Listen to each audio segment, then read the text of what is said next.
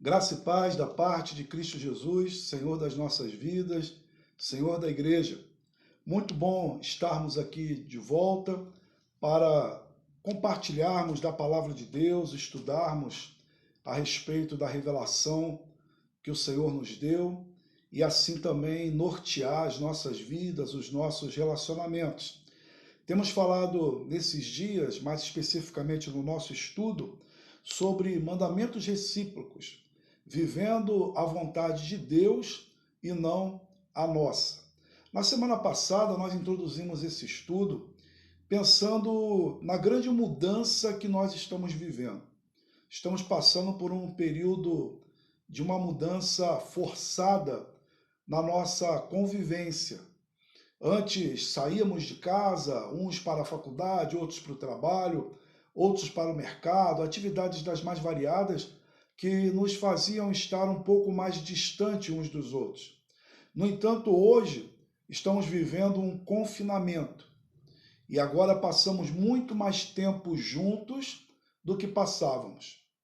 E aí nos vem inevitavelmente a pergunta: como está sendo esse convívio familiar? Como é que está sendo ter todo mundo em casa? Algumas famílias maiores e mesmo aquelas menores, com certeza estão também tentando se adaptar a essa nova dinâmica. Cada um tem o seu espaço, cada um consegue desenvolver as atividades que gosta ou que necessita desenvolver nesses dias, porque a nossa vida não parou. Muitos de nós continuamos ainda envolvidos em muitas atividades, só que agora dentro de casa.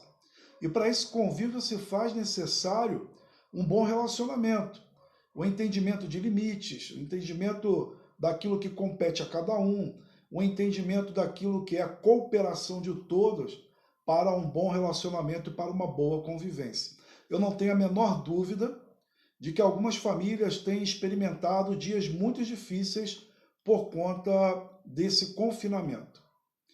Se nós já tínhamos algumas dificuldades antes e ela era amenizada talvez um pouco pela distância que tínhamos por conta do trabalho, agora lidar com um pensamento diferente de cada um, com o jeito de cada um, lidar com os pensamentos que cada um expõe, dividir o espaço com outras pessoas ao mesmo tempo, gera logicamente, de forma muito tranquila, podemos dizer isso, conflitos. O problema não é o conflito. O problema é como nós lidamos com estes conflitos. Por isso, à luz da palavra de Deus, nós trouxemos esse tema. Esses mandamentos recíprocos falam exatamente de relacionamentos. Nós temos as sentenças onde Jesus e os apóstolos nos dizem, por exemplo, amai-vos uns aos outros, perdoai-vos uns aos outros, suportai-vos uns aos outros, orai uns pelos outros. E por aí vai várias dessas sentenças que trazem para nós exatamente essa questão do relacionamento, do convívio com o outro. E nós queremos avançar hoje nesse entendimento, nesse estudo, pensando aqui agora mais especificamente em Mateus 7, versículo 12, que nos diz assim: tudo quanto, pois, quereis que os homens vos façam, assim fazei-o vós também a eles, porque essa é a lei e os profetas. Observamos? Tudo quanto, pois, quereis que os homens vos façam, assim fazei-o vós também a eles, porque esta é a lei e os profetas. Vamos orar antes de continuarmos aqui na nossa meditação, então. Deus eterno, Pai querido e amado, estamos diante de um momento ímpar na nossa vida. Momento em que nos encontramos diante da Tua palavra revelada e ela, Senhor Deus, tem o poder e a graça bendita de abençoar as nossas vidas, os nossos relacionamentos, ó Pai. Te pedimos então que nesse estudo o Teu Espírito Santo esteja comunicando graça aos nossos corações, nos ensinando, falando de forma profunda a cada um de nós e promovendo, ó Pai, mudança, transformação na nossa maneira de ver o mundo, na nossa maneira de ver o outro, na nossa maneira de nos relacionarmos, ó Pai, uns com os outros. E que o teu nome seja glorificado e exaltado pela maneira, ó Pai, com a qual nós devemos nos tratar, a maneira pela qual nós devemos obedecer à tua vontade. Nós oramos assim, Deus, gratos e confiados no nome de Jesus Cristo. Amém e amém. Muito bem, meus irmãos. Então, essa sentença que nós temos aqui é conhecida como a Lei Áurea. Lei Áurea aqui do Novo Testamento, dentro dessa perícope, dentro dessa parte em que Jesus Cristo está pregando o Sermão do Monte, ou como outros chamam, Sermão da Montanha. Jesus Cristo, então, chama a atenção de todos os seus ouvintes para lhes transmitir a sabedoria do céu, a sabedoria do reino, trazendo a ética do reino de Deus para o convívio e relacionamento dos seus discípulos com o próprio Deus e com o próximo. Mais especificamente, observamos aqui a sentença que marca o relacionamento com o próximo. É interessante, irmãos, pensarmos que esse Sermão do Monte, ele é uma palavra de Jesus também contra a cultura religiosa da época. O que nós temos de contexto, nós sabemos bem disso, que no ministério de Jesus, Jesus foi por várias vezes interrogado, perseguido pelos religiosos da época, os fariseus e até mesmo sacerdotes, que buscavam colocar Jesus contra a parede e desqualificá-lo enquanto homem de Deus, enquanto encarnação do Verbo, enquanto o Messias. E aí observamos então Jesus Cristo, aqui nesse texto mais especificamente, falando e trazendo uma dinâmica do reino de Deus que deve ser seguida pelos discípulos e por todos aqueles que seguem a Cristo Jesus, em contrapartida dessa ética e dinâmica da vida meramente religiosa, perseguida e seguida pelos fariseus. Então Jesus corrige essa prática religiosa dos fariseus, que era muito mais uma prática externa, aparente, e que ignorava a essência do reino de Deus. A essência do reino de Deus, o princípio da lei. E podemos observar isso mais uma vez, porque Jesus aqui no versículo 12, ele fala assim no finalzinho, porque esta é a lei e os profetas. Sabemos bem que em outro momento, Jesus Cristo vai resumir a lei em dois princípios: amar a Deus de todo o nosso coração, com toda a nossa alma e com todo o nosso entendimento, e amar o próximo como a nós mesmos. Lógico que há uma relação aqui desse versículo 12 com essa declaração de Jesus Cristo. Podemos ler de novo e você perceberá isso. Tudo quanto, pois, quereis que os homens vos façam, assim fazei vós também. Porque essa é a lei e os profetas. Jesus resume todo o ensinamento do Antigo Testamento, a palavra dos profetas, a lei, nessa dinâmica de amor a Deus e de amor ao próximo. Então, Jesus aqui chama os seus discípulos a contemplarem e a viverem os valores do reino de Deus.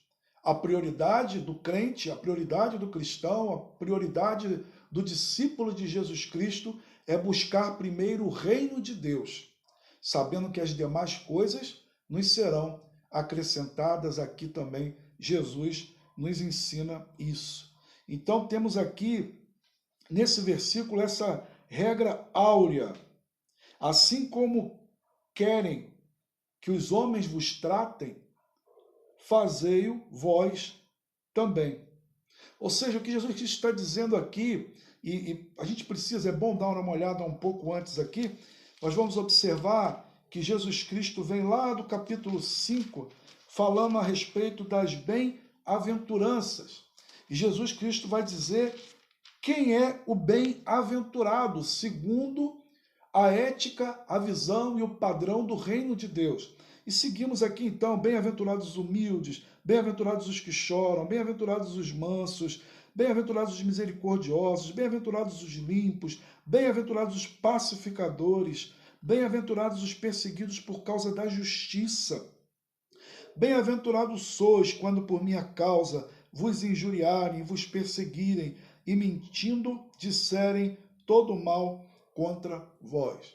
Então Jesus Cristo inicia mostrando aqui quem é o bem-aventurado. O bem-aventurado é aquele que faz a vontade de Deus, é aquele que tem um coração limpo diante de Deus, é aquele que se dobra diante de Deus, reconhecendo como Senhor absoluto da sua vida e vive para a glória de Deus, e não apenas alguém que é meramente religioso.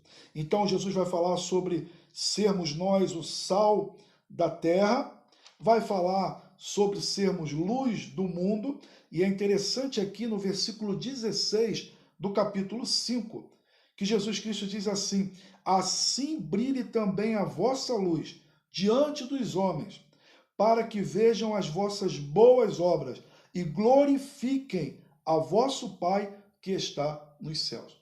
É importante destacarmos aqui, irmãos, que as nossas boas obras, tudo aquilo que são os mandamentos recíprocos que Jesus Cristo nos ensina, que os apóstolos nos ensinam, eles evidenciam a graça de Deus sobre a nossa vida.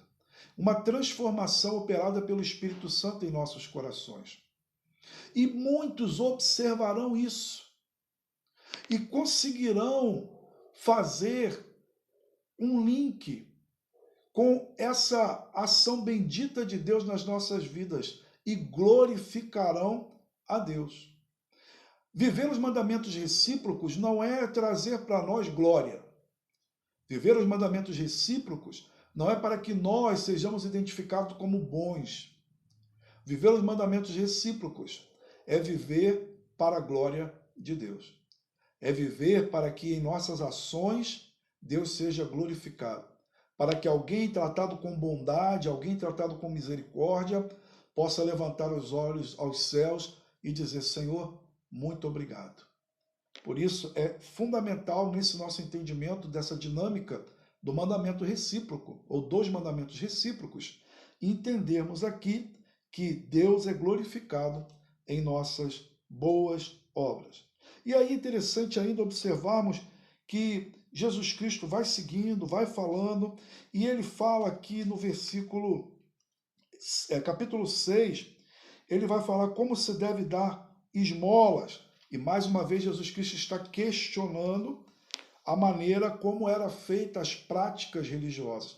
Os judeus se destacavam a sua religiosidade através da oração, e muitas delas feitas na praça, né, como Jesus Cristo também questiona, através das esmolas, que era um outro elemento dessa religiosidade, e a obediência à lei. Então esses três elementos são elementos de destaques dentro dessa religiosidade farisaica. E Jesus Cristo então vai falar como se deve orar. E aí o nosso texto está aqui dentro desse texto. Mas é interessante, uma coisa ainda que eu quero destacar, é que Jesus Cristo fala a respeito de vingança, do amor ao próximo, 43 a 48, da vingança, 38 a 42, e Jesus Cristo também fala a respeito de não julgarmos uns aos outros. Então, tendo todo esse pano de fundo, esse texto que nós lemos aqui, ele é o texto da nova dinâmica para a vida do crente. Uma dinâmica relacionada com o reino de Deus. Lógico que, como falamos na semana passada, precisamos destacar mais uma vez. Essa não é uma vida solitária do cristão, mas ela é uma vida onde a graça de Deus e a ação do Espírito Santo devem estar em nossas vidas. Jamais conseguiremos cumprir esses mandamentos recíprocos com o sentimento que Deus quer, sem que sejamos nova criatura e sem que estejamos sendo trabalhados pelo Espírito Santo em vida de santificação. Muitos podem ter algumas atitudes de bondade para com os outros e até ter como uma regra filosófica para a sua vida seguir esses mandamentos recíprocos. Mas é muito mais do que isso. Seguir esses mandamentos como Deus quer e como Cristo ensina não é meramente uma ação humana, mas é uma ação de subordinação do nosso coração à vontade de Deus e ao agir do Espírito Santo de Deus. Então, Jesus Cristo estabelece essa regra para cada um de nós. Irmãos, nós vivemos numa relação social onde o mundo vive na contramão desse tipo de sentimento. Se perpetuou em nossa sociedade a lei de Gerson. Talvez os mais novos nem conheçam muito essa construção, essa declaração, mas lei de Gerson, ou seja, levar vantagem em tudo, sem se importar com a ética, com a moral, com os meios, né? E trazendo aquela também afirmação muito antiga, onde os fins justificam os meios. Então, essa lei de Gerson, ela tomou o coração da nossa sociedade. As pessoas se atropelam tentando levar vantagem em tudo o que pode. É o troco a mais que nós não dizemos que está a mais, né? É aquela situação onde vamos vender um carro e nós não somos honestos se o carro está batendo o motor e nós ali queremos maquiar uma situação. São situações onde nós vamos nos cercar de cuidados para que nós tenhamos uma vantagem sobre o outro. O que Jesus Cristo está ensinando vai na contramão desse tipo de atitude tão comum em nossos dias. E fazendo ainda um link a respeito do que eu falei sobre relacionamento e coronavírus, queridos, é inevitável que chegue aos nossos ouvidos notícias de pessoas que se aproveitarão das mais variadas formas nesse período de coronavírus e de confinamento. Haverá na esfera política aqueles que farão uso desse momento para benefícios próprios, para corrupção. Haverá aqueles que farão uso desse momento para terem lucro maior naquilo que são elementos de necessidade básica da nossa sociedade. Haverá aqueles que, por uma oportunidade, diante da sua concepção de vida, que fará uso desse momento para, de alguma forma, ter algum tipo de vantagem, de lucro, de benefício sobre a vida do outro.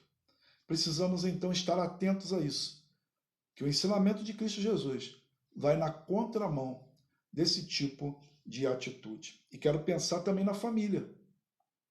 No nosso convívio familiar, que somos empurrados para uma dinâmica de convívio mais próximo, deveria ser esse um momento de alegria, de amadurecimento de relacionamentos, deveria ser esse um momento onde aquele pai que trabalha e sai de manhã cedo para o trabalho e só chega à noite, sai, o filho está dormindo, volta, o filho está dormindo, deveria aproveitar nesse momento para abraçar o filho, para beijá-lo, para brincar com ele, para se aproximar do filho, para construir um relacionamento mais próximo, motivado pelo nosso ego, motivado pela nossa natureza. Muitos de nós vamos ignorar essa oportunidade e vamos aproveitar para ficarmos em frente à televisão o máximo de tempo possível.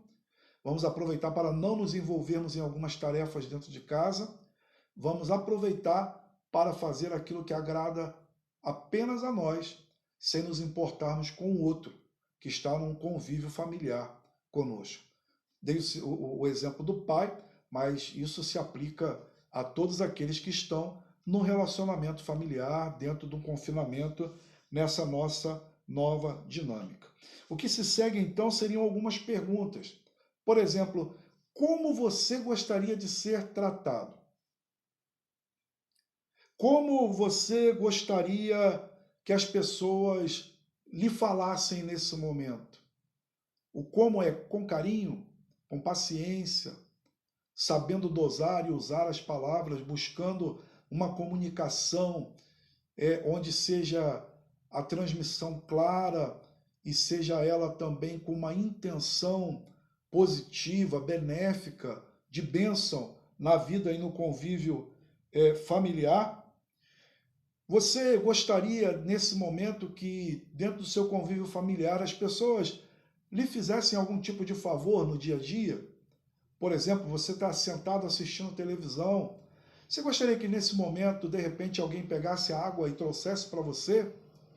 Você gostaria que naquele momento em que você está dentro desse confinamento, preocupado com algumas questões, o seu esposo, a sua esposa, o seu filho, o seu pai dissesse: olha, eu estou te percebendo preocupado, angustiado, vamos orar?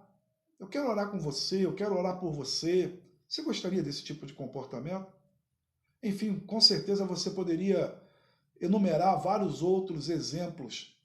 A questão aqui é como nós gostaríamos de ser tratados. E diante da pergunta, então, como nós vamos tratar os nossos familiares e o nosso próximo, a resposta está associada à primeira pergunta. Devo tratar como eu gostaria de ser tratado? É assim que Jesus Cristo, então, nos ensina. Sabemos que vivemos num mundo individualista, num mundo marcado pelo egoísmo, num mundo marcado pelo egocentrismo, mas nós somos cristãos. Nós servimos ao Senhor Jesus Cristo e devemos viver segundo o seu exemplo e segundo a vontade bendita de Deus para as nossas vidas. Por isso, então, meu irmão, a nossa necessidade é de que Deus esteja convertendo o nosso coração todos os dias à sua vontade e assim venha gerar em nós um relacionamento abençoado com o próximo, porque temos um relacionamento abençoado com o nosso Deus. É de fato difícil para nós, porque a ética de Jesus Cristo e a ética do cristianismo, ela é muito elevada. Ela é muito elevada. Ela vai na contramão da nossa natureza, ela vai na contramão das nossas vontades. Jesus Cristo disse em Mateus 5,20, aqui no Sermão do Monte: pois eu vos digo que se a vossa justiça não exceder em muito a dos escribas e fariseus, nenhum entrareis no reino dos céus. Não exceder, e aqui eu fiz o parêntese, muito, exceder, né? Pois vos digo que se a vossa justiça não exceder a dos escribas e fariseus, de modo nenhum entrareis no reino dos céus. Exceder e muito. Porque o que Jesus Cristo traz aqui de justiça do reino, ela excede em muito a justiça dos fariseus, a justiça dos religiosos daquela época e da nossa época. Porque a religião dos fariseus e a religião que se tem muito hoje em dia, ela é uma religião das quatro paredes do templo. Ela é uma religião de negócio com Deus. Ela é uma religião de troca. Ela é uma religião onde nós, querendo ser abençoados, nós primeiro damos algo a Deus, o dinheiro, o tempo, o trabalho, e nos sentimos numa condição de exigir algo de Deus. A relação dos fariseus com Deus era uma relação de estereótipo, onde bastava parecer com crente, bastava usar os jargões do evangelicalismo que nós temos hoje. Bastava apenas vestir uma capa de santidade. Essa é a justiça da religião. A religião farisaica é marcada por isso. A ética de Cristo não. Ela começa por uma transformação no coração, metanoia, mudança de mente.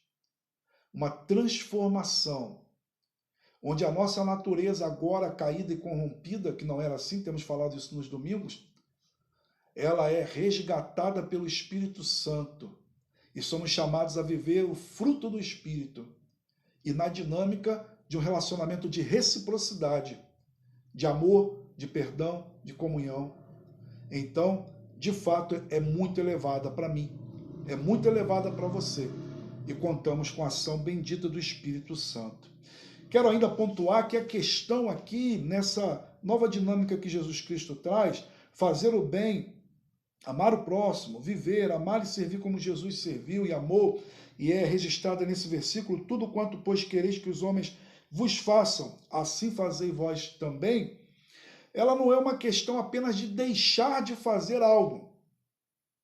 Ela é uma dinâmica de proatividade.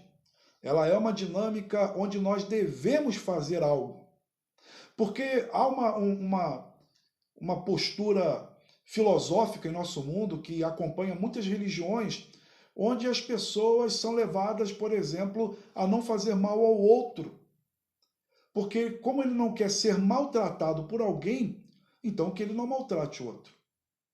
Isso é um fato, as pessoas abraçam essa filosofia de vida. Há também um elemento de uma espiritualidade que se diz ainda que nós devemos não fazer mal ao outro e fazer o bem, para que em uma outra vida, que em uma reencarnação, nós possamos viver de uma maneira mais elevada. E Jesus Cristo não está associado a nenhuma dessas filosofias. O que Jesus Cristo está dizendo aqui é que nós devemos viver de maneira positiva o reino de Deus em nossa vida. E o reino de Deus é marcado por amor e por justiça, por paz. Então Jesus Cristo traz para nós essa dinâmica, onde ela não parte do negativo, ou seja, não faça algo pelos outros ou contra os outros que você não gostaria que fizesse com você. Mas Jesus Cristo traz uma dinâmica positiva, ou seja, faça com o outro aquilo que você gostaria que fizesse com você. Então isso é muito mais desafiador, porque não fazer algo contra alguém é mais fácil do que fazer algo por alguém.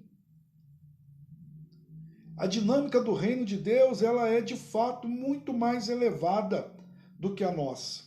Já ouvi alguém dizer assim, manter o controle para não causar prejuízo a uma pessoa não é muito difícil. O complicado mesmo é o de tomar a iniciativa de fazer algo bom por alguém. Então, meus irmãos, os mandamentos recíprocos estão dentro dessa dinâmica. De uma dinâmica de proatividade, de uma dinâmica onde nós vamos dar o primeiro passo, de uma dinâmica onde nós vamos nos relacionar com o outro da maneira que vamos fazer por ele aquilo que gostaríamos que fizessem por nós.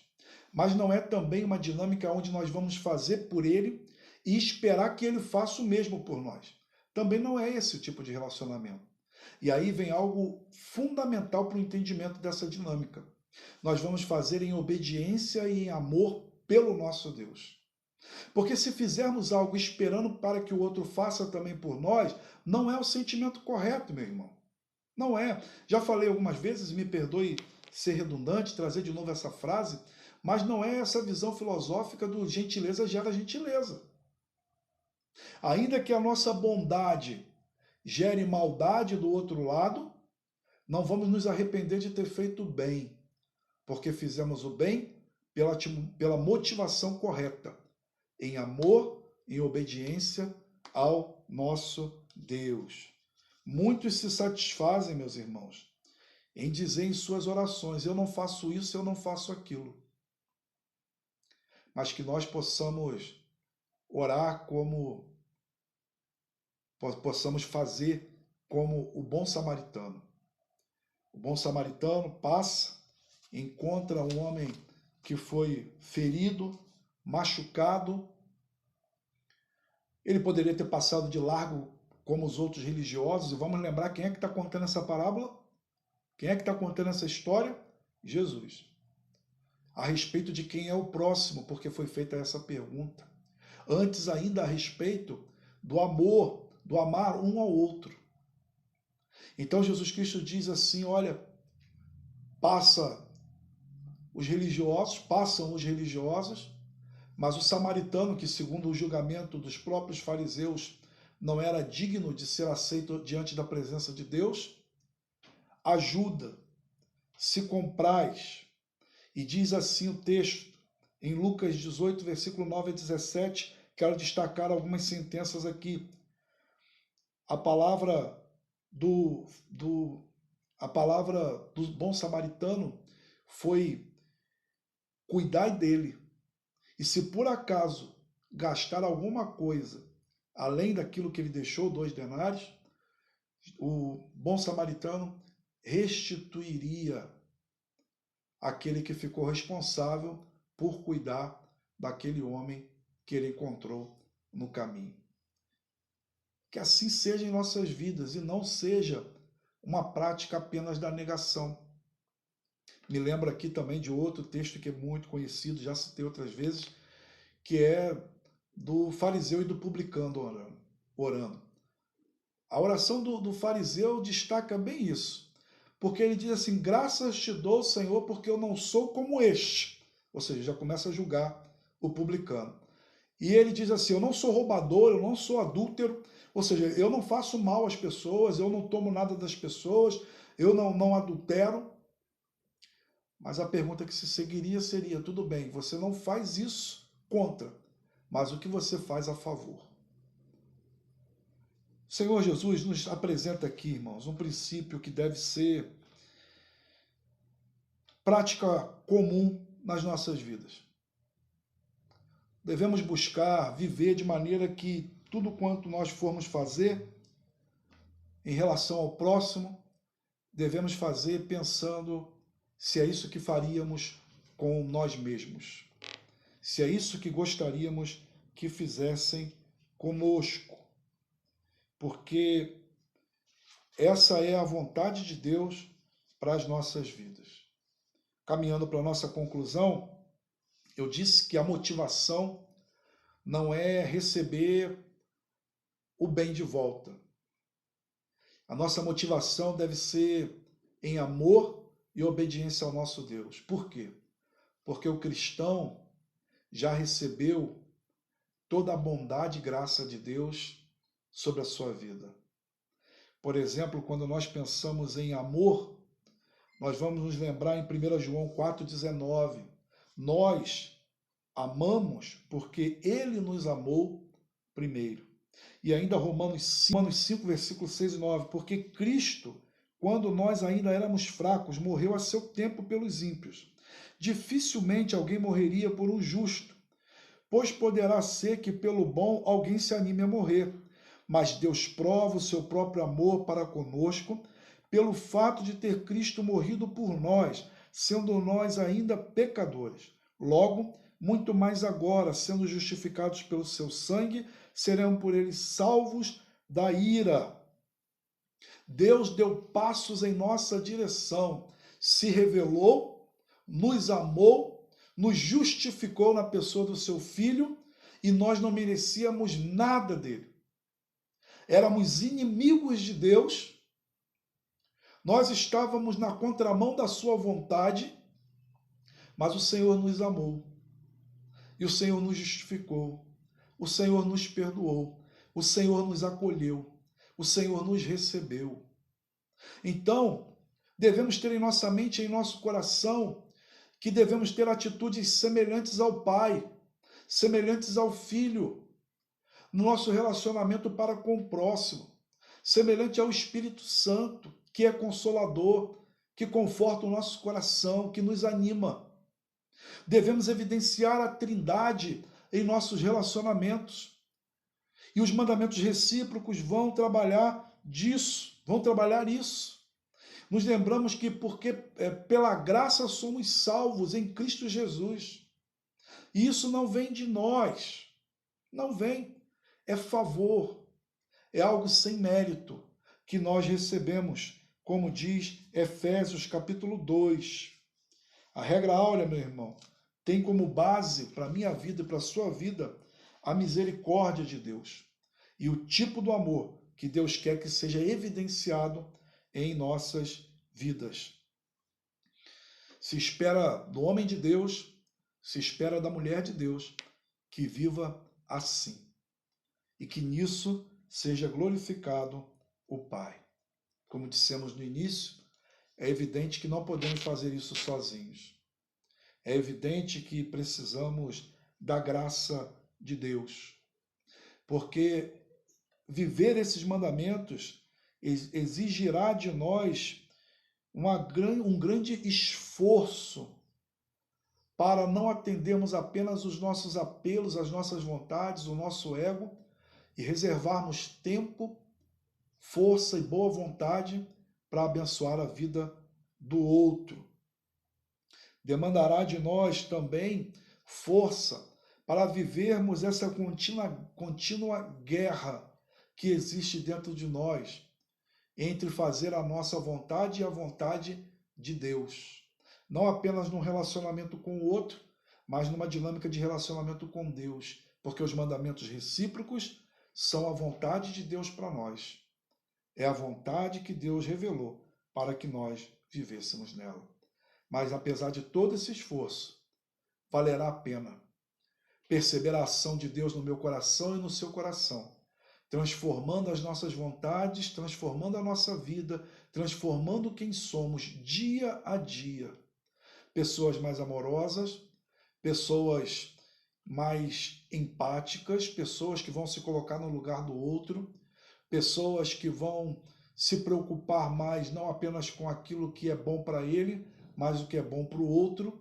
E em tudo isso, Deus há de ser glorificado. Glorificado. E nós veremos ainda mais paz em nossa casa, paz em nossos relacionamentos e em nossa sociedade. Não significa que tudo vai se transformar num mar de rosas, mas significa que aquilo que depende de nós estaremos fazendo para que Deus seja glorificado e para que os nossos relacionamentos sejam abençoados. Meu irmão, minha irmã, como é que se aplica então essa palavra aí na tua vida e na tua casa? Como é que se aplica essa mensagem nos seus relacionamentos? Essa já é uma realidade na sua vida, na sua casa? Dentro da sua casa você e os seus já vivem a se colocarem no lugar do outro e a tratar o outro como gostaria de ser tratado? É isso que eu e você pensamos, é isso que nós refletimos dia a dia. Como é que esse ensinamento pode influenciar aí na sua casa e no seu relacionamento com seu pai, com a sua mãe, com seu esposo, com a sua sogra, com o seu sogro, enfim. E na igreja? Daqui a pouco voltaremos à dinâmica de igreja, daqui a pouco estaremos todos juntos. Pense, como pode influenciar essa palavra de Jesus nos nossos relacionamentos enquanto igreja, em nossa sociedade? Eu espero em Deus que eu e que você sigamos meditando sobre esse tema. Nós vamos voltar falando dele, mas mais especificamente sobre esse texto nós estamos falando hoje. Eu espero que eu e você consigamos nos colocar no lugar do outro, consigamos buscar em Deus ajuda e força no Espírito Santo para vivermos essa prática para a glória de Deus e para a bênção do nosso lar e da nossa família. Vamos orar. Deus eterno, Pai querido e amado, não tenho dúvida, Deus, de que a Tua palavra é viva e eficaz. Não tenho dúvida que, apesar, ó Pai, do instrumento falho, do instrumento limitado, o Senhor tem poder, ó Pai, para operar grandes coisas na vida da família do Teu servo, da Tua serva, a partir de mudanças na vida dele e dela. Aplica, ó Deus, na ação do Teu Espírito Santo, a Tua palavra no coração de cada um, e que possamos viver essa dinâmica para a glória do Teu nome, ó Pai. E assim o Senhor, ó Pai, sendo reconhecido cada vez mais e mais como aquele, ó Pai, que nos recebe da maneira que estamos ou somos. Mas, ó Pai, não permite que continuemos sendo quem somos e gera em nós um novo nascimento e uma transformação para que sejamos, ó Pai, nova criatura, vivendo para a glória do Teu nome. Abençoa o Teu povo, abençoe essa casa, abençoe essa família. Nós oramos no nome de Jesus. Amém e amém. Muito bem, que Deus nos abençoe. Seguiremos depois, então, aqui, vendo mais especificamente agora, então, alguns dos mandamentos recíprocos. Nos encontramos em breve. Deus te abençoe. Forte abraço em Cristo.